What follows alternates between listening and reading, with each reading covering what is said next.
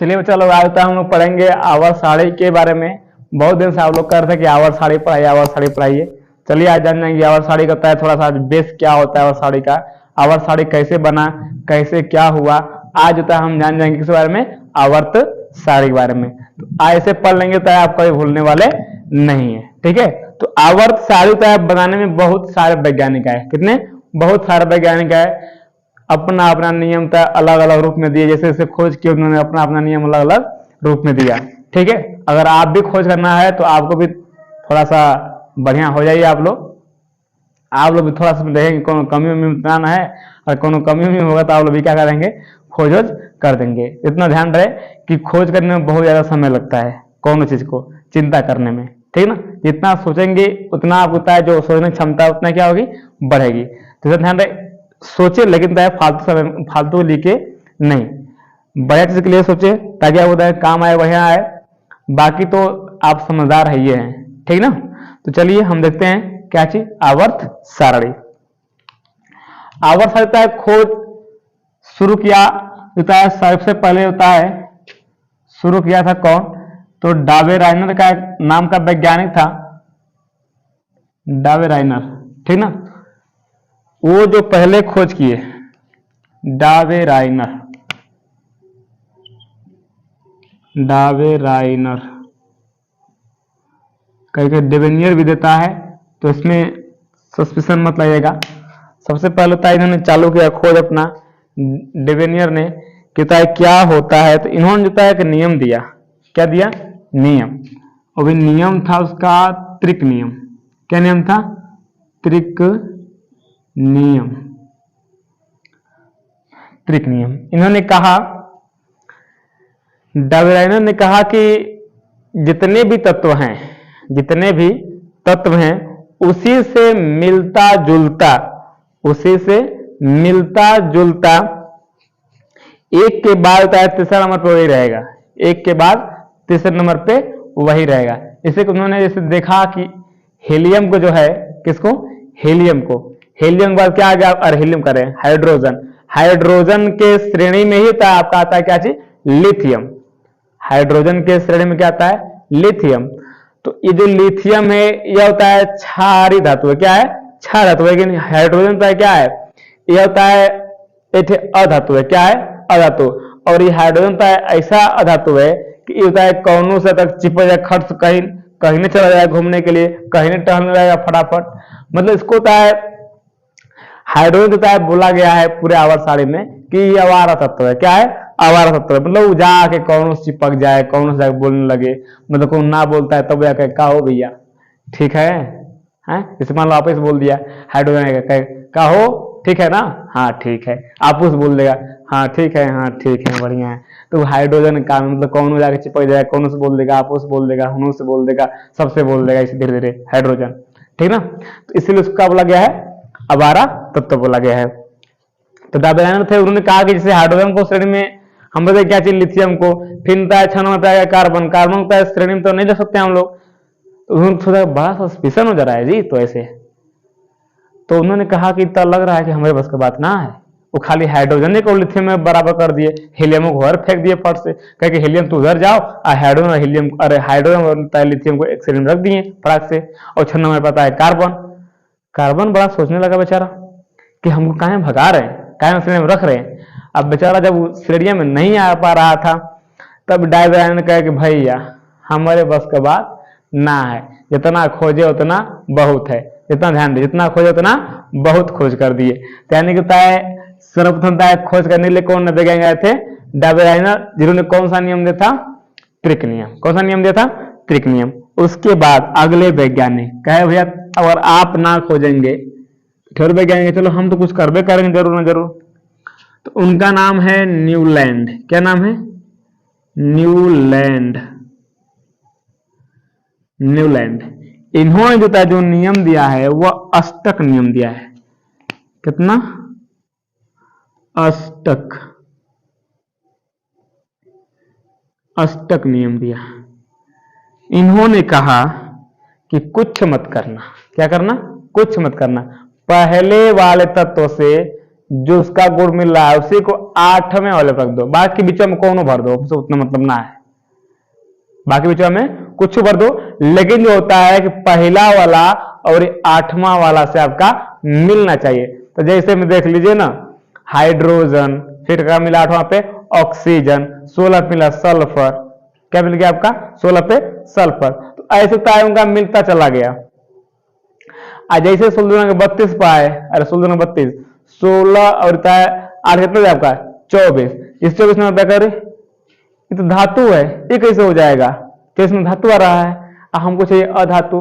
बड़ी सोच में पड़ गए बेचारे कि कितना दिन से मेहनत किए थे, आज जो है बताइए हम तय 1 से लेकर 8 तक आए, कैसे कोशिश करके 8 से 16 तक आए, आज 16 से जैसे 24 तक आ गए। अरे बाप रे बाप, कपारे पर हाथ डाल लिए, इसी का अब क्या होगा।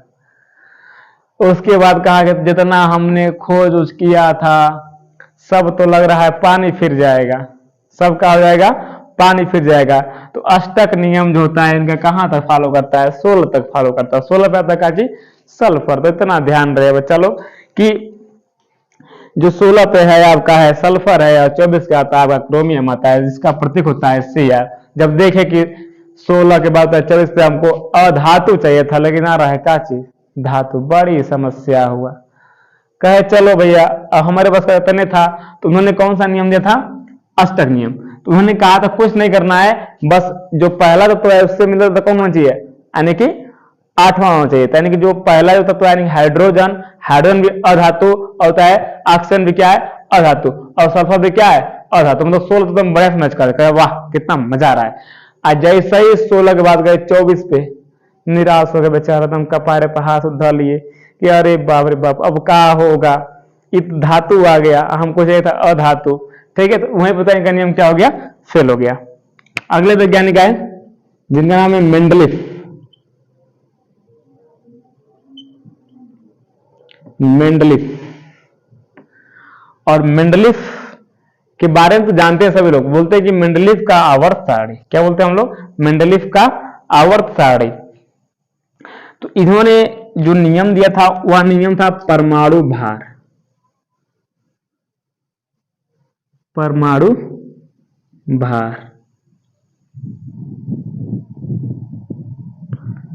परमाणु भार। इन्होंने कहा मेंडलीफ ने कि भैया कुछ नहीं करना है, आप एक एक को लेकर आइए, उसको वजन कीजिए और वजन के हिसाब से उनको बारी बारी से रख दीजिए। जैसे कि मान लीजिए कौन 2 किलो का है तो उसको अलग रख दीजिए, कौन 3 किलो का लाइन में खड़ा कर दीजिए, 4 किलो को लाइन में खड़ा कीजिए, 5 किलो का है तो ओकर लाइन में खड़ा कीजिए, 6 किलो का तो लाइन में, मतलब सीरियल बाय सीरियल होता है, ऐसे लाइन बाय लाइन लगा दीजिए। इन्होंने होता है, इन्हें होता है कहा जाता है क्या चीज, आवर्त सारणी का जनक। मेंडलीफ के आवर्त सारणी क्या बोलते हैं हम लोग, जनक बोलते हैं, क्या बोलते हैं जनक। इन्होंने कहा था कि जितने सभी इनको 3 बांट दिया गया, मतलब जो मेंडलीफ थे इन्होंने 3 कॉलम बांट दिया। एक थे आवर्त बता दिए थे, क्या चीज आवर्त, इन्होंने खोज किया इधर ध्यान दें, और वर्ग, वर्ग, वर्ग, इतना इन्होंने खोज कर दिया। इन्होंने कहा कि आवर्त जितने भी हैं वह 7 होने चाहिए, कितने होने चाहिए 7। और जब ये खोज किए थे जितने भी उसमें तत्व खोजे गए थे, उन्होंने बस 9 वर्ग ही बताए थे, कितने बताए थे 9 वर्ग संख्या बताए थे। बाकी उन्होंने कहा कि भविष्य में भी तत्व खोजे जा सकते हैं, इसलिए होता है उन्होंने क्या कर दिया, बाकी सभी भविष्य के लिए छोड़ दिया कि अगर जो होता है तत्व होते हैं अगर भविष्य में खोजे गए तो इसी के क्रम में जो होते हैं रखे जाएंगे। आप देख पाते हैं वैसे हम आराम से कि ये मान लें कि 1 2 3 4 5 6 7, ये पूरा मान इसका क्या है आवर्त है। और ऐसे अर्थ होता है आपका 1 2 3 4 5 6 7 8 9, ये पूरा का है वर्ग है। तो देखो कहते हैं जो आवर्त सारणी आपका ऐसे दिखती है पूरा एकदम बढ़िया से। अब बाकी होता है 9 होता है छोड़ दिया आगे के लिए, कहे कि होता है आप जितने भी तत्व खोए जाएंगे वह सभी सभ्यता इसी क्रम में रखे जाएंगे, इसलिए तैਨੂੰ कहा था क्या चीज आवर्त सारणी का जनक। तभी होता है इसका होता सटीकता नहीं बैठ पा रहा था, जैसे कि उन्होंने कहा कि मान लीजिए कि अगर हाइड्रोजन था, हाइड्रोजन एक, हीलियम का 2 2 2 4, मतलब इन्होंने तय जितना उसका क्रमांक था उसको दुगुना होता करते चले गए परमाणु भाग के रूप में। उसको होता है जैसे क्लोरीन पाए, कहां पे है क्लोरीन पर, जैसे क्लोरीन को देखा कर रहे भैया ये है 17 पे, आ रहा है इसका 34 होना चाहिए, लेकिन आ रहा है कितना 35 आ रहा है। यहाँ गड़बड़ा गया धीरे धीरे। तो इन्होंने कहा कि धीरे उसको इकट्ठा करते गए, अलग अलग करते गए, मतलब कई शहादतों को मिलाते जुलाते गए, रख रख के इन्होंने मतलब पूरी तरह से सही तक नहीं कर पाए थे। लेकिन इसके बाद एक और वैज्ञानिक है जिनका नाम है मोसले, जिनका नाम है मोसले। मोसले मोसले ने क्या किया, मोसले जैसा ही आए, उन्होंने कहा कि कुछ मत करना भैया, क्या करना, कुछ मत करना, बस इनको जो होता है इनके क्रमांक से लगा दो, इनके क्रमांक से लगा दो। जैसे कि हम लोग लाइन लगाते हैं, लाइन ना, जैसे प्रेयर वगैरह होता है कई स्कूल उसमें प्रेयर, तो क्या होता है कि छोटा फिर बड़ा फिर बड़ा फिर बड़ा फिर बड़ा फिर बड़ा फिर बड़ा बड़ा, ऐसे सब लाइन होता है। तो उसी पर होते हैं मोसले बहुत पढ़े लिखे चालाक थे व्यक्ति, कहेंगे जब हाई सब हमको मिल ही गया है, पूरा हाई हिस्सा मिल गया है, तो हमको करना क्या है, खाली काम करना है कि जो एक पाता है उसको एक पर रख देंगे, जो दो पाता है उसको दो पर, जो तीन पाता है तीन पर, जैसे जैसे खोजे गए उसको होता है उसी लाइन से लगा दीजिए, बात खत्म। तो ये जो मोसले हैं इनको जो होता है बोला जाता है आधुनिक जनक। क्या होते हैं, आधुनिक, आवर्त सारणी के, आवर्त सारणी के आधुनिक जनक कौन है, आधुनिक जनक कौन है, तो ये मोसले हैं। मोसले पूछता है कि मोसले ने होता है कौन सा नियम दिया था, तो परमाणु क्रमांक का नियम,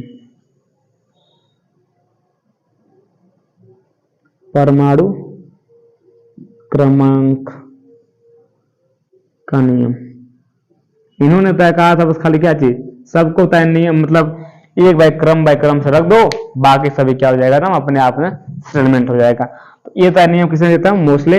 और आज होता है जो देख रहे हैं ना, ये जनक कहते हैं कौन सी, मेंडलीफ, और इन्हीं के तय नाम से हम जान पाते हैं कि इन्होंने तय मेंडलीफ ने आवर्त खुद कितने थे 7, वर्ग कितने थे 9, लेकिन जैसे ही मोसले आए इन्होंने 9 को मतलब जैसे जैसे बढ़ते चले गए उसी क्रम में हो गया। तो आज आप देख पाते हैं कि आवर्त कितने हैं 7 हैं, लेकिन वर्गों की जो संख्या है वो 9 से कितना हो गया है 18।